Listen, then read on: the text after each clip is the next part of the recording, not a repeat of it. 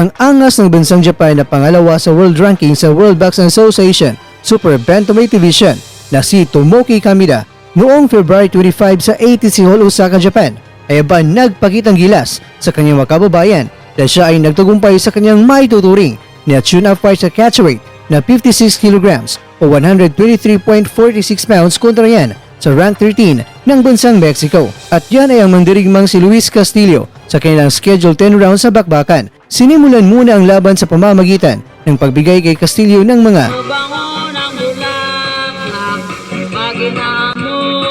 at pati na rin si Kamida ay inabutan din ng pagkatapos dito ay umarangkada na ang dalawang mga boksingero. Nakatama ng magandang kaliwang jab dito si Castillo at nagbitaw din ng right straight. Masasabi mo dito mga kakwento na ginamit talaga ang reach advantage dito ni Castillo kontra kay Kamida. Pero nang uminit na si Kamida ay inararo na niya itong si Castillo sa muka at katawan hanggang sinimula na ang round 2. At dito na gulat si Tatang. Tang, ano ba ang nakakagulatang? Ay si Tatang pala ay nakatingin sa engkanto at diwata. Dahil baka first time kasi niya na nakakita ng gumaganito na may nakasabit na batuta. Dahil kadalasan kasi mga kwento ay ganito ang ating nakikita. Ang ganda at alindog na isang diwata. Balik tayo mga kwento sa bakbakan nila hanggang dumating na ang punto na nakuha na ni Kamida ang magandang ritmo sa bakbakan nila hanggang nasapol sa pangay ang Mexicano sa round 5 na nagsani ng pagkawala ng balanse ng Mexicano. At dito na kaagad sinunggaban ng referee na si Kenji Kondo at pumagit na sa dalawang mamandirigma. At dito na idineklara niya na itigil na. Tapos na ang laban. Panalo na ang kanyang kahubayan by round 5 technical knockout.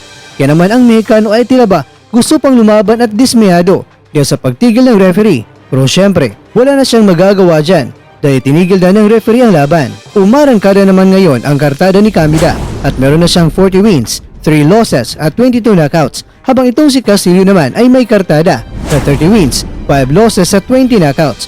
Pagkatapos naman ng laban mga kwento ay sinabi ni Kamida na nakita niya na ang kanyang kalaban ay mas gusto na ang bakbakan nila ay haba pa.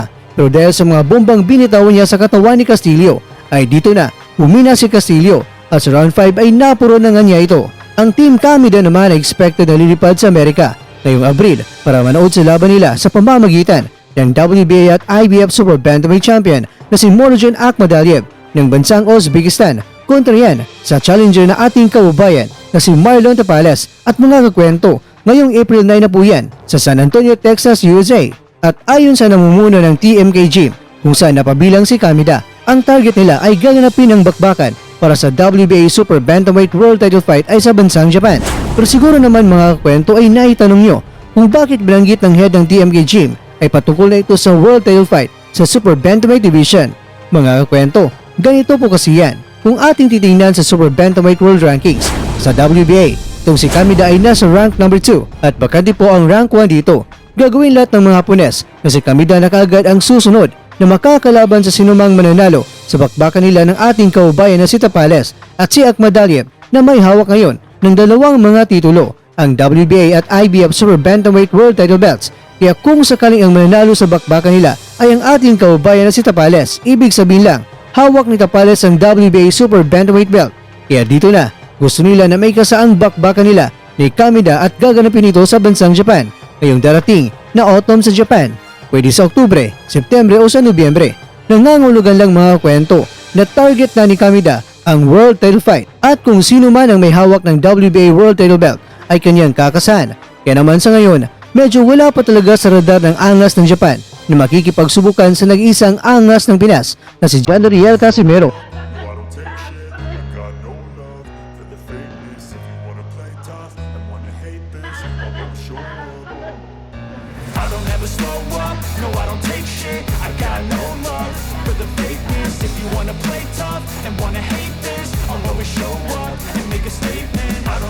Pero sige lang, dahil baka darating din yan.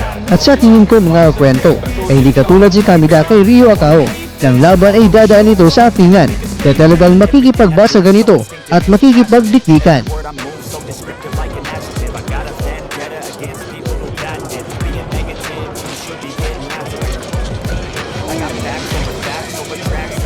mga kakwento.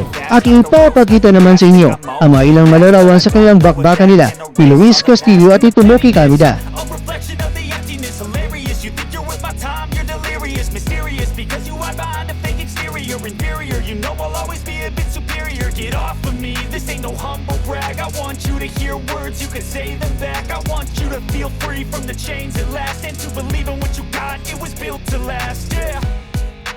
Now that I've been put through hell, I never got anyone's help.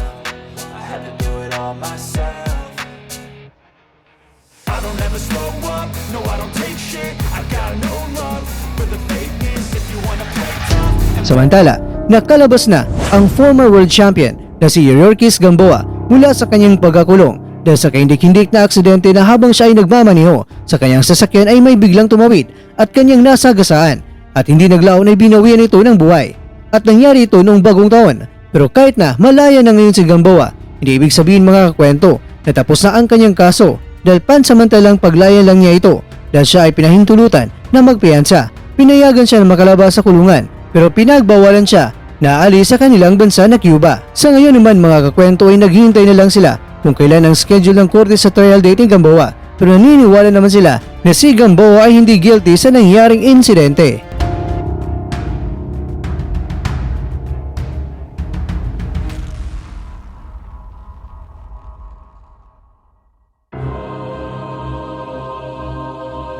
Mga kakwento, sino man ang magwawagi sa bakbakan nila, ni Ahmad Alib at Nita Pales ay handa ng Team Kamida para sa pandalaya paghahanda para ito ay sasalubungin nila sa kanilang sariling baluarte ang kampyon para subukang sungkitin ang bitbit itong mahiwagang sinturon.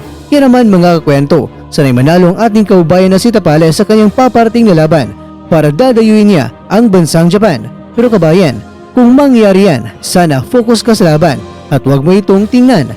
Baka hindi mo mapigilan ang paghalakhak mo dyan, ikaw rin, baka masira ang diskarte mo, kababayan.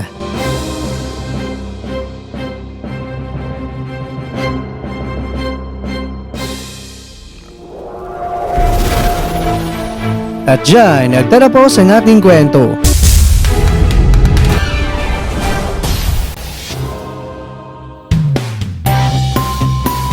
Maraming salamat mga kakwento sa inyong panunood. Pero baka naman mga kakwento ay nagustuhan niyo po ang kwento natin ngayon. Pagka pwede niyo po akong mabigyan dyan ng like. At kung hindi mo pa nagawa ito, ba, gawin mo na. Yo! Quadrala Street Time World Champion! So guys, please subscribe. Kwentong di pa naikwento. So ano pa hinintay nyo? Mag-subscribe na! Let's go! Boom! Pero bago tayo magtatapos mga kakwento ay shoutout muna tayo dyan sa ating mga kakwento. Kay kakwentong Catch Money, kay kakwentong Ilorde George, kay kakwentong Emmanuel Borlagdan, at ikaw kakwentong nanonood ngayon, shoutout sa iyo dyan. Bueno, hanggang dito lang po muna ang ating kwentuhan at abangan nyo lang po ating susunod na video. At dito lang po yan sa isang channel na kung saan maaaring ito'y mga kwentong di pa na kwento sa inyo.